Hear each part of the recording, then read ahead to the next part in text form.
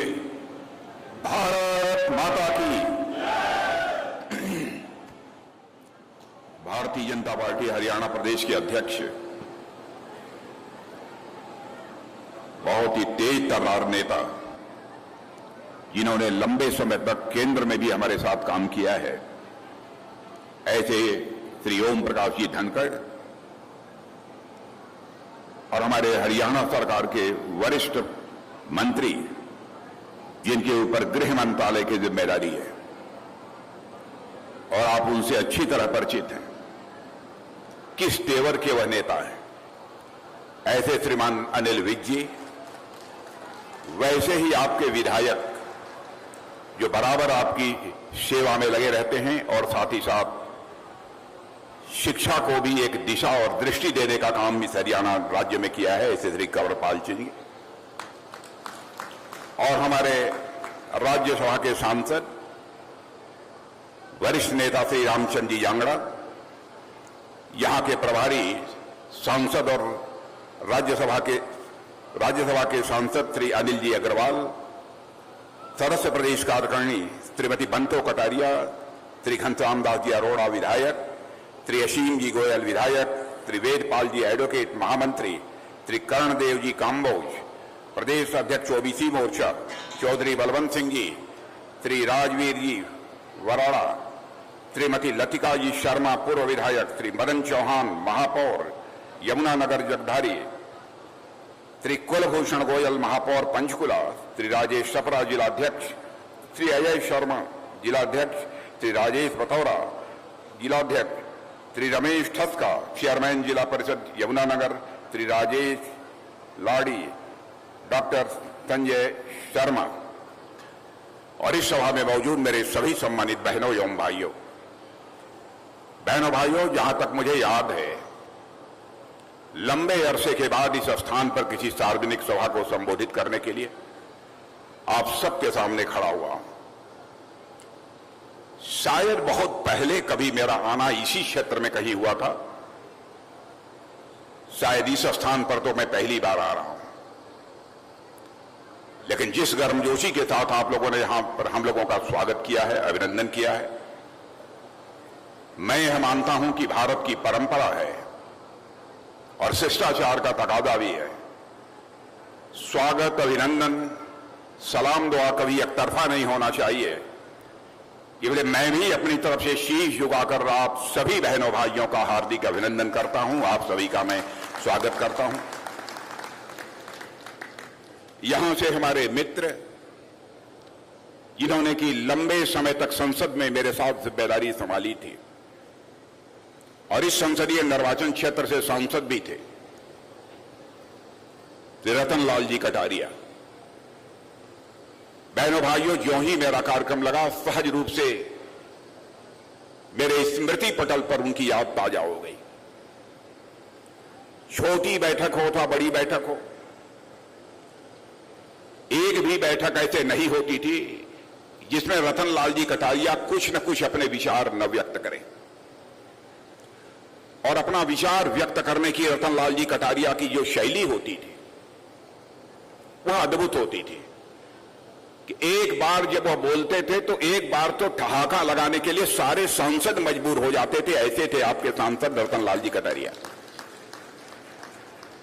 उनके निधन के बाद मैं पहली बार आया हूं, इसलिए एक बार मैं जहां पर तहे दिल अपनी श्रद्धांजलि अर्पित करता हूं, वहीं पर उनकी स्मृति को भी मैं नमन करता हूं। लंबे अरसे के बाद मेरा यहां आना हुआ है।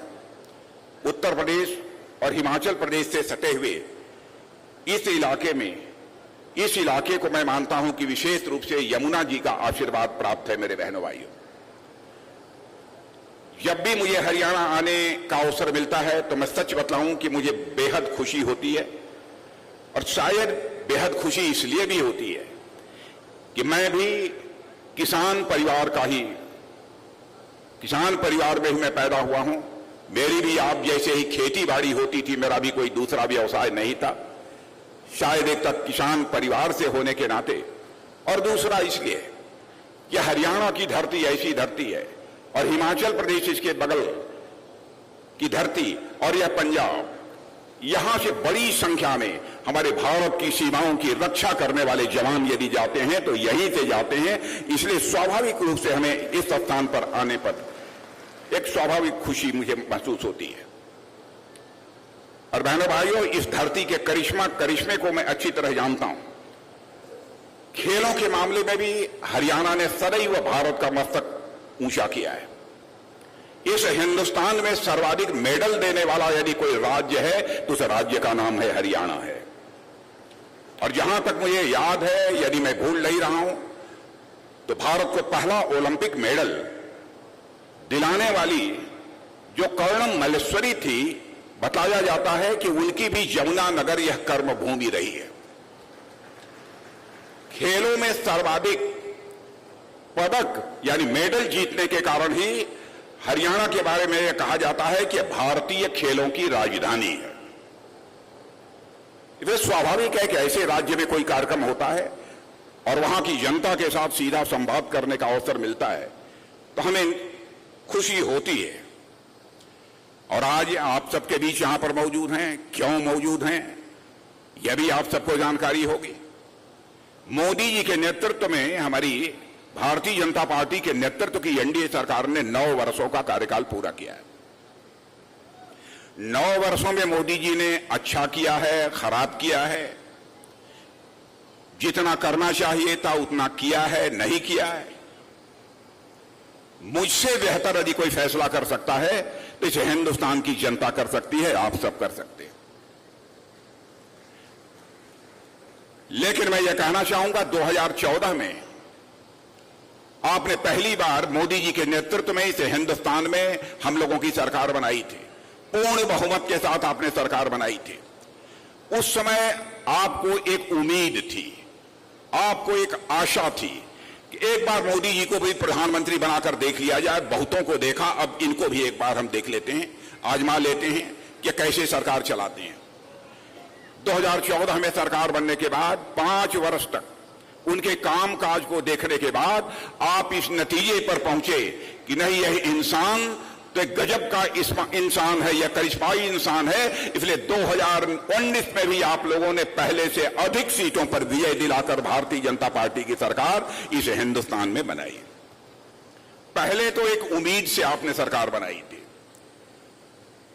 और बहनों भाइयों, कभी उम्मीद टूट जाती है, आशा यदि कभी टूट जाती है, तब भी लोगों को लगता है कि कोई बात नहीं, इस बार हमारी आशा टूट गई, हमारी उम्मीद टूट गई, लेकिन आगे कभी न कभी हमारी आशा पूरी होगी, उम्मीद पूरी होगी। लेकिन 9 वर्षों के अंदर जो जन सामान्य में उन्होंने विश्वास पैदा किया है, बहनों भाइयों, जहां जहां मैं जाता हूं, जिन जिन भी सार्वजनिक सभाओं को संबोधित करने के लिए, दुनिया के दूसरे देशों में रहने वाले भी जब भारतवासी हैं उनसे भी मैं बातचीत करता हूं, मुझे लगता है कि इस देश की जनता का विश्वास अब मोदी जी के प्रति पूरी तरह से पक्का हो गया। और मैं यकीन दिलाना चाहता हूं, जब मैं भारतीय जनता पार्टी का अध्यक्ष था, उसी समय प्रधानमंत्री के उम्मीदवार के रूप में वह चुनाव के मैदान में उतरे थे। मैं उनके कर्तृत्व से अच्छी तरह परिचित हूं, उनके वक्तृत्व क्षमता से अच्छी तरह मैं परिचित हूं, उनकी नीयत से भी मैं अच्छी तरह परिचित हूं, उनके ईमान से भी मैं अच्छी तरह परिचित हूं। मुझे याद है कि एक बार हम और वो दोनों लोग एक सार्वजनिक सभा में मौजूद थे। उस समय उन्होंने कहा, एक बात कही थी, तो मुझे लगा कि बात तो बहुत बड़ी बोल गई इन्होंने, लेकिन वह बात पूरी हो पाएगी नहीं हो पाएगी, यह तो समय के गर्भ में छिपा हुआ है। लेकिन बहनों भाइयों, मैं आज भी यदि याद करता हूं तो उन्होंने कहा था, मोदी जी ने उस समय, सौगंध मुझे इस मिट्टी की, सौगंध मुझे इस मिट्टी की, इस देश को नहीं मिटने दूंगा, इस देश को कभी झुकने नहीं दूंगा। और वह करके उन्होंने, मोदी जी ने दिखा दिया। मेरे बहनों भाइयों, इसीलिए मैं कह सकता हूं कि जो भी जन सामान्य में उन्होंने विश्वास पैदा किया है, जो कहा था उसे करके उन्होंने दिखाया है। अभी हमारे अनिल विज जी आपके सामने विचार कर रहे थे, हमारे प्रदेश अध्यक्ष धनखड़ जी, कंवरपाल जी, कैसे उन्होंने अंतर्राष्ट्रीय जगत में भारत की प्रतिष्ठा को बढ़ाया है। इससे भी आप सभी अच्छी तरह परिचित होंगे। पहले बहनों भाइयों, दुनिया के मंचों पर भारत कोई बोलता था तो भारत की बातों को लोग गंभीरतापूर्वक नहीं लेते थे। कहते थे भारत तो एक कमजोर देश है, गरीबों का देश है। लेकिन आज यदि दुनिया के मंचों पर भारत कुछ बोलता है तो दुनिया कान खोलकर सुनती है कि भारत बोल क्या रहा है। यह हैसियत दुनिया में भारत की बनी है, यह हैसियत दुनिया में भारत की बनी है।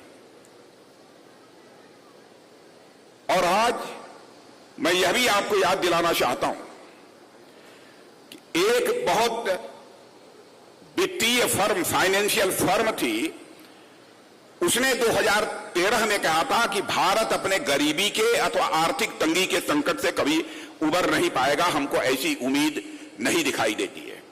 उसने दुनिया के कुछ देशों का नाम लिया था और उन देशों के बारे में यह कहा था कि इन देशों की अर्थव्यवस्था यानी माली हालत यह लड़खड़ा रही है, कब टूट जाए, कब बिखर जाए, उसके बारे में कुछ कहा नहीं जा सकता। ऐसे देशों को ध्यान में रखते हुए एक नाम उसने दिया था, फ्रेजाइल 5, यानी जिनकी आर्थिक स्थिति कभी भी लड़खड़ा सकती है, कभी भी समाप्त हो सकती है, ऐसा कहा था। उस फर्म का नाम है मॉर्गन स्टैनले। यह फाइनेंशियल फर्म है। आज वह फाइनेंशियल फर्म कहती है कि भारत अब तो जो 2013 में देश की आर्थिक हालत के मामले में जो दुनिया में 11वें स्थान पर खड़ा था, आज वह जंप लेकर 5वें स्थान पर आ गया है। लेकिन मॉर्गन स्टैनले की यह फर्म यह कहती है कि भाई इस संभावना को भी नकारा नहीं जा सकता कि 2027 आते आते यानी ठीक 4 वर्ष के बाद हमारा यह हमारा भारत दुनिया के टॉप 3 अर्थव्यवस्थाओं में आकर खड़ा हो जाएगा। बहनों भाइयों, यह बात मानी जानी एक फर्म है, मॉर्गन स्टैनले फाइनेंशियल फर्म, उन्होंने कहा है। भारत की हैसियत इस तरीके से दुनिया में बढ़ रही है। भारत के बारे में धारणा थी भारत एक कमजोर भारत है, जो चाहे सो आंख दिखा दे, सब तो सब हमारा पड़ोसी देश पाकिस्तान भी था, जब होता था तब भारत को आंख दिखा देता था। और मैं भारत का गृह मंत्री था। बहनों भाइयों, बड़ी दर्दनाक घटना हो गई। पाकिस्तान से कुछ आतंकवादी भारत की सीमा में घुस आए और उन्होंने हमारे सुरक्षा के जवानों पर कातिलाना हमला करके कई सुरक्षा के जवानों को मार डाला। उसके बाद प्रधानमंत्री मोदी जी बैठे। बहनों भाइयों, 10 मिनट के अंदर हमारे प्रधानमंत्री ने फैसला कर लिया। मैं प्रत्यक्ष अपनी आंखों से देखो ही आपको बता रहा हूं। और उसके बाद हमारे देश के सेना के जवानों ने पाकिस्तान की धरती पर जाकर आतंकवादियों का सफाया करने में कामयाबी हासिल की थी। और उस कार्रवाई से हमने सारी दुनिया को यह संदेश दे दिया कि भारत अब यह कमजोर भारत नहीं रहा है। भारत के अंदर वह ताकत है कि भारत इस पार से भी मार सकता है और जरूरत पड़ी तो सीमा पार भी जाकर भारत मार सकता है। दुनिया में यह हैसियत भारत की बनी। इसीलिए मैंने कहा कि भारत अब कमजोर भारत नहीं रहा है। भारत की हैसियत दुनिया में बड़ी तेजी के साथ बढ़ी है। चाइना के साथ भी जो कुछ भी हुआ था, बहनों भाइयों, हमारे सेना के जवानों ने जिस शौर्य और पराक्रम का परिचय दिया है, उसकी जितनी भी सराहना की जाए वह कम है। और सारी दुनिया इस चीज को महसूस करती है कि पहली बार भारत ने सीना खोलकर भारत के मान, सम्मान और स्वाभिमान की रक्षा की है। मेरे बहनों भाई, यह भारत की हैसियत, यह भारत की ताकत सारी दुनिया में बनी है। और जहां तक वादों का प्रश्न है, वादे हम लोगों ने अधिकांश नहीं किया था, लेकिन मैं दावे के साथ कह सकता हूं जो भी हम लोगों ने वादे किए थे, अपने वादों को हम लोगों ने अक्षरशः पूरा किया है। पहले यह होता था कि जनता से वादे बहुत सारे किए जाते थे, लेकिन अपने वादों को राजनीतिक पार्टियां पूरी नहीं करती थी, उसकी चिंता नहीं करती थी। हमने जो कहा सो किया। अनिल विज जी आपको याद दिला रहे थे धारा 370 की, जम्मू कश्मीर की। मैं आपको बतलाना चाहता हूं 1951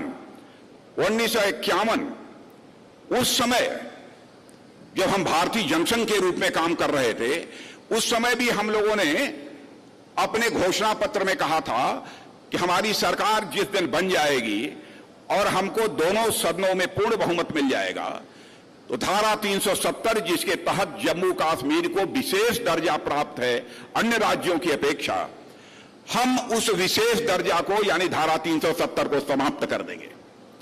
और जब जब चुनाव होता था तब तब हम अपने घोषणा पत्रों में उसे शामिल करते थे। लोग ये कहते थे कि ये जनसंघ वाले जनता की आंखों में धूल झोंकते हैं, जब चुनाव आता है तब इनको धारा 370 की याद आ जाती है। लेकिन बहनों भाइयों, हमको दोनों सदनों में, संसद के दोनों सदनों में वो बहुमत नहीं मिला था, इसलिए हम अपने वादे को पूरा नहीं कर पा रहे थे। लेकिन हमारी प्रतिबद्धता अपने वचन के प्रति बनी हुई थी। आपने देखा कि वह क्षण आ गया जब संसद के दोनों सदनों में हमको लगा कि अब हमको हमारा बहुमत है, तो बहनों भाइयों हमने क्षण भर की देर नहीं लगाई। धारा 370 जिसके तहत जम्मू कश्मीर को विशेष दर्जा प्राप्त था, उसको चुटकी बजाकर हम लोगों ने समाप्त कर दिया बहनों भाइयों। और जम्मू कश्मीर का भी वही दर्जा है जो हिंदुस्तान के अन्य राज्यों का दर्जा है। जो भी कहा था, एक भी चीज ऐसी नहीं है जिसको हम लोगों ने पूरा नहीं किया। यहां तक अपनी पुरानी विरासत पर गर्व करने की बात है। अपनी पुरानी विरासतें जो स्थान स्थान पर जो पड़ी हैं, उनको भव्य स्वरूप देने का काम भी यदि किसी सरकार ने इसे हिंदुस्तान में किया है मेरे बहनों भाइयों, तो हमारी सरकार ने किया। याद दिला रहे थे बीज जी राम मंदिर का। मुझे याद है 1984 में जब हम लोगों ने घोषणा पत्र अपना तैयार किया, तो उस घोषणा पत्र में भी हम लोगों ने कहा था कि हमारी सरकार यदि बन जाएगी, बहुमत यदि हमको मिल गया, तो हम अयोध्या की धरती पर भव्य राम का मंदिर बनाएंगे। 84 के बाद लगातार हर 5 साल पर जनता कहती थी, भाई आपने कहा था, कब करेंगे आप लोग? इसको घोषणा पत्र में कहना आप बंद कर दिए। लेकिन बहनों भाइयों, देखा आपने कि वह दिन आ गया। क्या आज आप जाकर अयोध्या की धरती पर देख सकते हैं, वहां पर भव्य राम के मंदिर का निर्माण हो रहा है बहनों भाइयों। और 24 जनवरी के बाद जाकर अपना शीश झुकाकर आप रामलला का दर्शन कर सकते हैं। अपनी ऐसी प्राचीन स्मारक, प्राचीन मंदिर, बहुत सारे ऐसे जो कि हमारी सांस्कृतिक विरासत के प्रतीक हैं, उनको भव्य स्वरूप देने का काम भी हमारे प्रधानमंत्री ने किया है। आप चले जाइए महाकाल का मंदिर उज्जैन में, पहले का स्वरूप वहां का आपने देखा होगा और आज का स्वरूप आप जाकर वहां देख सकते हैं। आप चले जाइए बद्रीनाथ, केदारनाथ, सोमनाथ, जहां भी चले जाइए आपको बदला हुआ स्वरूप दिखाई देगा। यानी जो कुछ भी कहा था बहनों भाइयों, हम लोगों ने अक्षरशः उसका निर्वाह किया है। आपने देखा होगा कि इस आजाद भारत में नेताओं की कथनी और करनी में अंतर होने के कारण ही भारत के नेताओं पर से और इस राजनीति पर से जनता का विश्वास धीरे धीरे समाप्त होता जा रहा था और एक विश्वास का संकट भारत की राजनीति में पैदा हुआ था। लेकिन भारत की राजनीति में पैदा हुए विश्वास के संकट को किसी राजनीतिक पार्टी ने चुनौती के रूप में स्वीकार किया मेरे बहनों भाइयों, तो केवल और केवल हमारी और आपकी पार्टी भारतीय जनता पार्टी ने चुनौती के रूप में स्वीकार किया। और मैं यकीन दिलाना चाहता हूं आपको कि हम जो कहेंगे हम वो करेंगे, चाहे उसके लिए हमको कितनी भी कीमत क्यों न चुकानी पड़ी। भ्रष्टाचार की बात हम लोगों ने कही थी।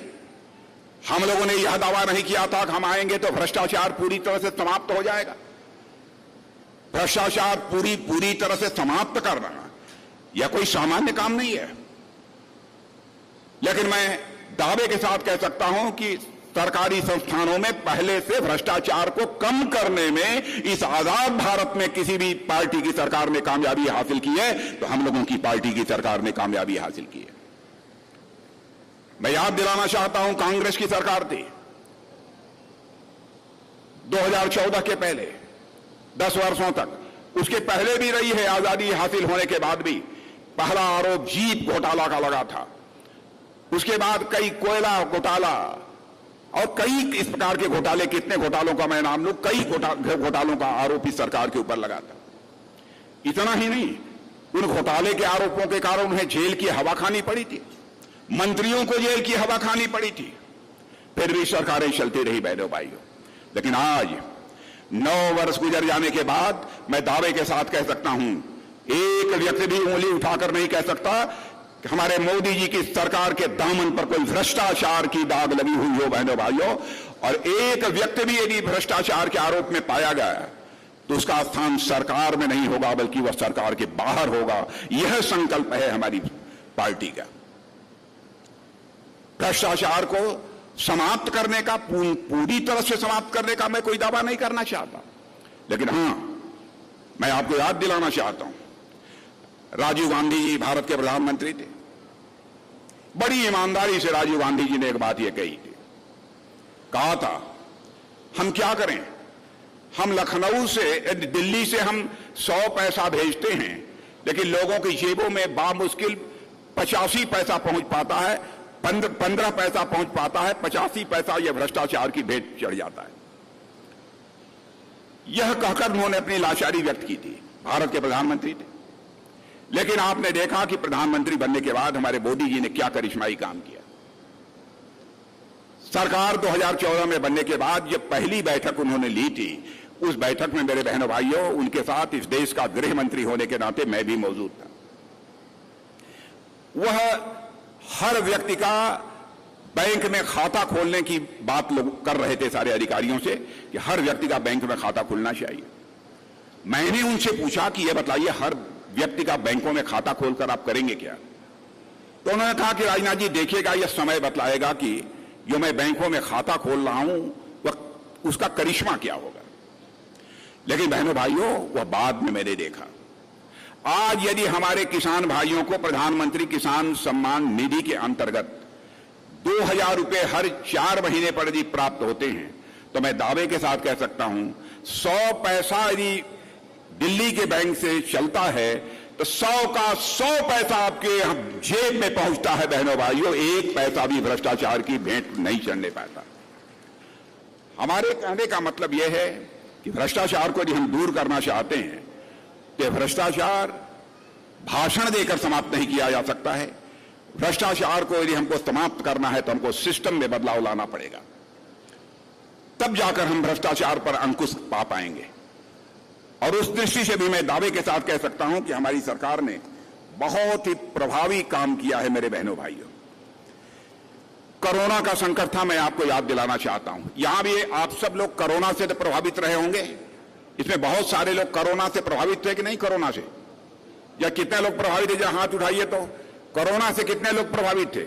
इधर के लोग कोविड, कोरोना, काफी लोग प्रभावित थे। मेरे बहनों भाइयों, आपको जानकर यह आश्चर्य होगा कि उस समय कोरोना का जो वैक्सीन होती थी, टीका, वो भारत में नहीं बनता था। यह हुआ कि क्या किया जाए। तो उस समय हमारे प्रधानमंत्री ने हैदराबाद जाकर हमारे वैज्ञानिकों का मनोबल ऊंचा किया और यह कहा कि नहीं, आप लोग संकल्प लीजिए और इस कोरोना के टीके का निर्माण इस भारत में ही होना चाहिए। और बहनों भाइयों, कोरोना वैक्सीन का निर्माण भारत में हमारे वैज्ञानिकों ने प्रारंभ किया। और मैं दावे के साथ कह सकता हूं, वह वैक्सीन, वह टीका हर भारतवासी को कम से कम 2 या 3 टीका लग गया होगा। लेकिन अमेरिका, जो दुनिया का सबसे ताकतवर देश माना जाता है बहनों भाइयों, उस अमेरिका में भी जिसकी जनसंख्या हमसे बहुत कम है, बामुश्किल 30 करोड़ के आसपास है, वहां पर सभी को कोरोना का 3 डोज की बात छोड़िए, 2 डोज भी सबको नहीं लग पाई है। ऐसी स्थिति वहां की है। और इस वैक्सीन को हम लोगों ने केवल उसका उपयोग भारतवासियों को ही टीका लगाने में नहीं किया, बल्कि दुनिया के 100 से अधिक देशों को भी भारत के वैज्ञानिकों के हाथों से बनी हुई वैक्सीन को हम लोगों ने मुहैया कराया, ताकि दुनिया के दूसरे देशों के लोगों की भी जान बच सके। हम लोगों ने इसलिए किया कि भारत दुनिया का इकलौता देश है। मेरे बहनों भाइयों, जिस देश के रहने वाले ऋषियों और मनीषियों ने भारत की सीमा में रहने वाले लोगों को ही अपने परिवार का सदस्य नहीं माना है, बल्कि पूरे विश्व की धरा पर रहने वाले लोगों को अपने परिवार का सदस्य मानते हुए वसुधैव कुटुंबकम का संदेश, यानी पूरा विश्व ही हमारा परिवार है, यह संदेश सारी दुनिया को किसी एक देश से गया है तो हमारे और आपके देश भारत से गया है बहनों भाइयों। इसलिए हमने केवल भारतवासियों की चिंता नहीं की, बल्कि दुनिया के दूसरे देशों में रहने वाले लोगों ने, जिन्होंने मेरी तरफ देखा, हमसे अपेक्षा की, उसको भी हमने पूरा करने का काम किया। जब जब भी कोई ऐसा संकट आया है, भारत अब पूरी ताकत के साथ खड़ा हुआ है। यही कारण है कि अंतर्राष्ट्रीय जगत में भारत की प्रतिष्ठा, मेरे बहनों भाइयों, तेजी के साथ बढ़ी है। जहां तक हरियाणा का प्रश्न है, हरियाणा के बारे में अब मैं हमारी केंद्र सरकार की उपलब्धियों की बहुत ज्यादा विस्तार में मैं जाकर चर्चा करूंगा तो मैं समझता हूं लंबा समय लगेगा। एक जानकारी अभी मैं कंवरपाल जी से ले रहा था। एक योजना हमारे प्रधानमंत्री ने प्रारंभ की कि हर घर में नल और नल में जल। यहां जितने लोग बैठे हैं, क्या कोई ऐसा भी परिवार है जिसके घर में नल न पहुंचा हो और नल के माध्यम से जल न आ रहा हो? कोई है तो हाथ उठाइए। कोई नहीं है। अब यह समझने की कोशिश करिए कि ऐसा प्रधानमंत्री ने क्यों किया। वह इसलिए किया, जब वह देखते थे कि हमारे गरीब परिवारों की माताएं बहनें, यदि पास पड़ोस में कहीं पर पानी नहीं मिलता था तो घड़े पर घड़ा भरा हुआ जल से भरा हुआ घड़ा लेकर वह किलोमीटर 2 किलोमीटर से चलकर अपने घरों में जल लेकर आती थी।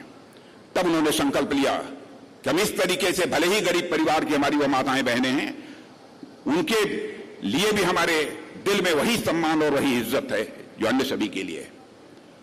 तो उन्होंने कहा कि अब हिंदुस्तान का कोई भी घर नहीं बचेगा जिस घर में नल नहीं होगा और नल के माध्यम से जल उनको मिले।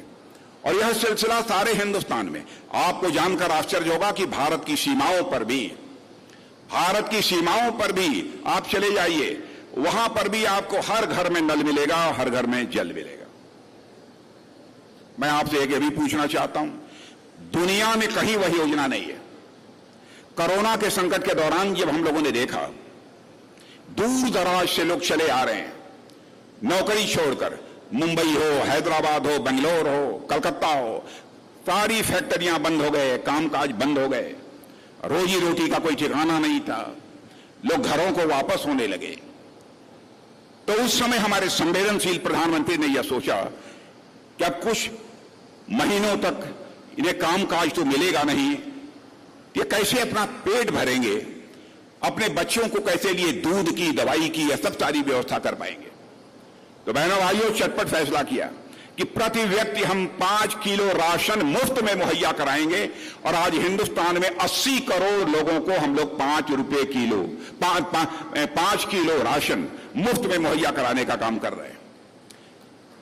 दुनिया में कोई भी सरकार इस प्रकार की हिम्मत नहीं कर सकती। मैं हरियाणा के लोगों से पूछना चाहता हूं, आप लोगों को भी 5 किलो यह मुफ्त राशन मिल रहा है कि नहीं? अधिकांश परिवारों में मिल रहा है ना? लेकिन केवल वह खाते ही नहीं होंगे लोग, मैं दावे के साथ कहता हूं जरूर बचा लेते होंगे, कुछ बेचते भी होंगे। यह बात ईमानदारी है कि नहीं? और आज भी वही योजना चल रही है। बहनों भाइयों, इस प्रकार की योजना दुनिया के किसी भी दूसरे देश में आपको देखने को नहीं मिलेगी। कई ऐसी योजनाएं हैं। किसानों के सम्मान निधि के बारे में तो आप सबको अच्छी तरह जानकारी है ही। अब शौचालय, क्या आप यह सोच सकते हैं कि कोई ऐसा भी प्रधानमंत्री होगा जो घर घर में शौचालय बननी चाहिए, इसके बारे में भी सोचेगा? नहीं। उन्हें इस बात का दर्द था, जैसे बड़े परिवारों की माताएं बहनें होती हैं, वैसे गरीब परिवारों की भी माताएं बहनें होती हैं, उनकी भी इज्जत होती है, उनकी भी अस्मत होती है। नित्य क्रिया के लिए उन्हें बाहर नहीं जाने का मौका मिलना चाहिए। हर घर में शौचालय बनवाने का काम पहली बार इस आजाद भारत में प्रभावी तरीके से किसी प्रधानमंत्री ने किया, तो प्रधानमंत्री का नाम है श्री नरेंद्र मोदी। मेरी बहनों भाइयों, कई ऐसी योजनाएं जिसकी लोग कभी कल्पना नहीं कर सकते थे कि ऐसा भी हो सकता है, वह हमारे प्रधानमंत्री ने किया है। इतना ही नहीं, अन्य बहुत सारी ऐसी योजनाएं हैं। यदि मैं बहुत ज्यादा विस्तार में जाकर चर्चा करूंगा तो एक लंबा समय लगेगा मेरे बहनों भाइयों। लेकिन हो क्या रहा है? हो रहा है कि हमारे कांग्रेस पार्टी के लोग, उसके एक नेता हैं, वो नेताजी जहां भी जाते हैं तो कहते हैं यहां नफरत की बाजार है, नफरत की बाजार में मैं मोहब्बत की दुकान लगाने आया हूं। मैं आपसे पूछना चाहता हूं कि यहां आपके हरियाणा में कहीं नफरत की बाजार है? आप बतलाइए, नफरत की बाजार है कहीं? यहां आवाज देकर बतलाइए, नफरत की बाजार है कि नहीं? हाथ मत हिलाइए, तब तो यहां उनकी मोहब्बत की दुकान नहीं लगने पाएगी ना। क्या बात है? मोहब्बत यदि किसी के दिल में है तो केवल उन्हीं के दिल में है, और हिंदुस्तान में और किसी के दिल में नहीं है। कहां नफरत है? क्या हमारे प्रधानमंत्री ने शौचालय बनाते समय यह देखा कि कौन हिंदू है, कौन मुसलमान है, कौन ईसाई है? क्या यह देखा कि कौन किस जाति का है, कौन किस पंथ का है? क्या किसी के साथ कोई भेदभाव किया है? किसानों को प्रधानमंत्री किसान सम्मान निधि के अंतर्गत सहायता देते समय क्या यह देखा कि कौन किस जाति का है, कौन किस पंथ का है, कौन किस मजहब का है? लेकिन अनावश्यक देश की जनता को गुमराह करने के लिए अनाप शनाप की इस प्रकार की बातें हताशा निराशा में उन लोगों के द्वारा बहनों भाइयों बोली जाती हैं। इसलिए आपको फैसला करना है। अभी हमारे बीच जी कह रहे थे हमारे प्रधानमंत्री की भारत में प्रतिष्ठा बढ़ी है। प्रधानमंत्री की प्रतिष्ठा तो बढ़ी है, वो इसलिए बढ़ी है बहनों भाइयों क्योंकि भारत की प्रतिष्ठा को बढ़ाने का काम हमारे प्रधानमंत्री ने किया है। भारत की प्रतिष्ठा को अंतर्राष्ट्रीय जगत में हमारे प्रधानमंत्री ने बढ़ाया है। कोई ये छोटी बात नहीं है। ये दुनिया के बड़े बड़े दिग्गज देशों के लोग भी हमारे प्रधानमंत्री के प्रति वह सम्मान व्यक्त करते हैं। यह कोई छोटी बात नहीं है। इसलिए मेरे बहनों भाइयों, मैं आप सबसे निवेदन करना चाहूंगा कि आप सबका पूरा समर्थन हमारी भारतीय जनता पार्टी को प्राप्त होना चाहिए। खाद पर भी मैं दावे के साथ कह सकता हूं, कल भी हमारी कैबिनेट ने फैसला किया, जितनी सब्सिडी हम लोग आज दे रहे हैं उतनी सब्सिडी शायद दूसरी सरकार रहती तो खाद पर भी उतनी सब्सिडी देने की हिम्मत नहीं कर पाती। लेकिन हम लोग अपनी सब्सिडी देने मुहैया कराने का भी काम कर रहे हैं। मिनिमम सपोर्ट प्राइस इस हरियाणा में मुझे बतलाया गया कि 14 फसलों की दी जा रही है, 14 फसलों की। और बहनों भाइयों, लगातार हम लोग मिनिमम सपोर्ट प्राइस बढ़ा रहे हैं, लगातार मिनिमम सपोर्ट प्राइस बढ़ा रहे हैं। और जितनी खेती में लागत लगती है, कोशिश यही हम लोगों की रही है कि लागत का कम से कम 1.5 गुना हमारे किसानों को प्राप्त होना चाहिए। इसी सोच के आधार पर ही हम लोग जब भी एमएसपी निर्धारित करते हैं तो इस बात का बराबर हम लोग ध्यान रखते हैं, और हम लोगों ने एमएसपी बढ़ाई है। सिंचाई अधिक से अधिक खेतों की हो सके, इसके लिए भी कई योजनाएं हमारी सरकार ने प्रारंभ की है, कई ऐसी योजनाएं हैं। और बहनों भाइयों, जहां तक रक्षा मंत्री हूं, रक्षा का जहां तक सवाल है, आपको जानकर आश्चर्य होगा कि पहले तो गोले, बारूद, अपने एमिनिशन, बंदूक, मिसाइल, टैंक हमारे डिफेंस के, हमारे रक्षा के जवानों को जरूरत होती थी, सारे के सारे दुनिया के दूसरे देशों से आते थे, बाहर से हम आयात करते थे। लेकिन आपको जानकर आश्चर्य होगा कि हमारे प्रधानमंत्री ने कहा कि हम पूरे भारत को तो आत्मनिर्भर बनाना चाहते हैं, लेकिन रक्षा के क्षेत्र में भी हमारा भारत आत्मनिर्भर बनना चाहिए।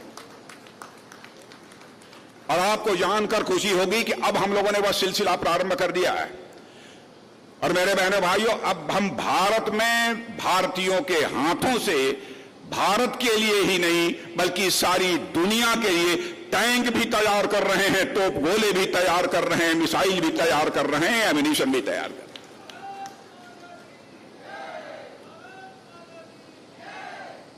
भारत में यह सिलसिला हम लोगों ने प्रारंभ किया है।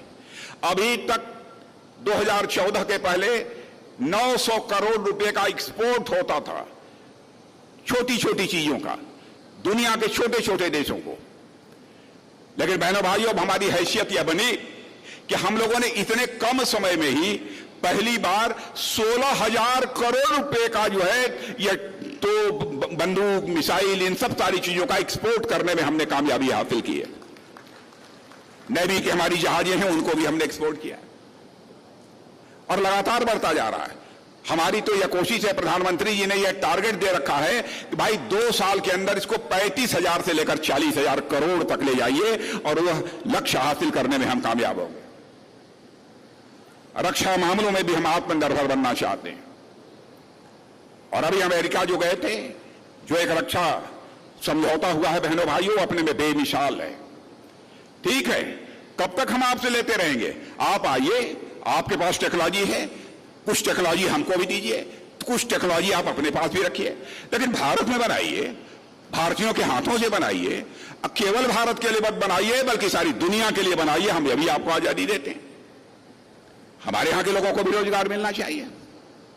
और मुझे खुशी है, रोजगार का जहां तक प्रश्न है, मैं दावे के साथ कह सकता हूं, हमारे मनोहर लाल जी खट्टर की सरकार, यहां की भारतीय जनता पार्टी की 9 वर्षों में रोजगार के मामले में भी करिश्माई काम किया है। लोग ये कहते हैं साहब, इसके पहले 15 वर्षों में जितने नौजवानों को रोजगार नहीं मिले थे, उससे अधिक 9 वर्षों के अंदर, 8.5-9 वर्षों के अंदर इस हरियाणा की सरकार ने नौजवानों को रोजगार मुहैया कराया है। लेकिन क्या यदि आपको रोजगार मिला है तो आपको एक भी पैसा खर्च करना पड़ा है?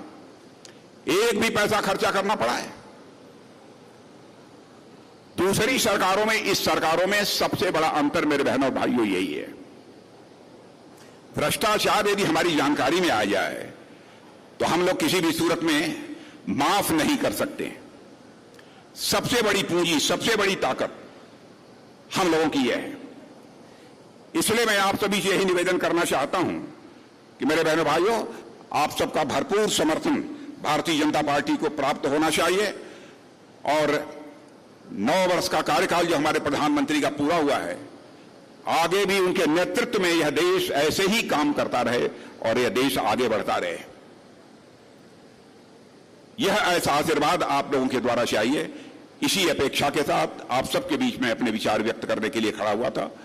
पुनः एक बार शीश झुकाकर आप सभी का अभिनंदन करते हुए, आप सभी का स्वागत करते हुए अपना निवेदन समाप्त करता हूं।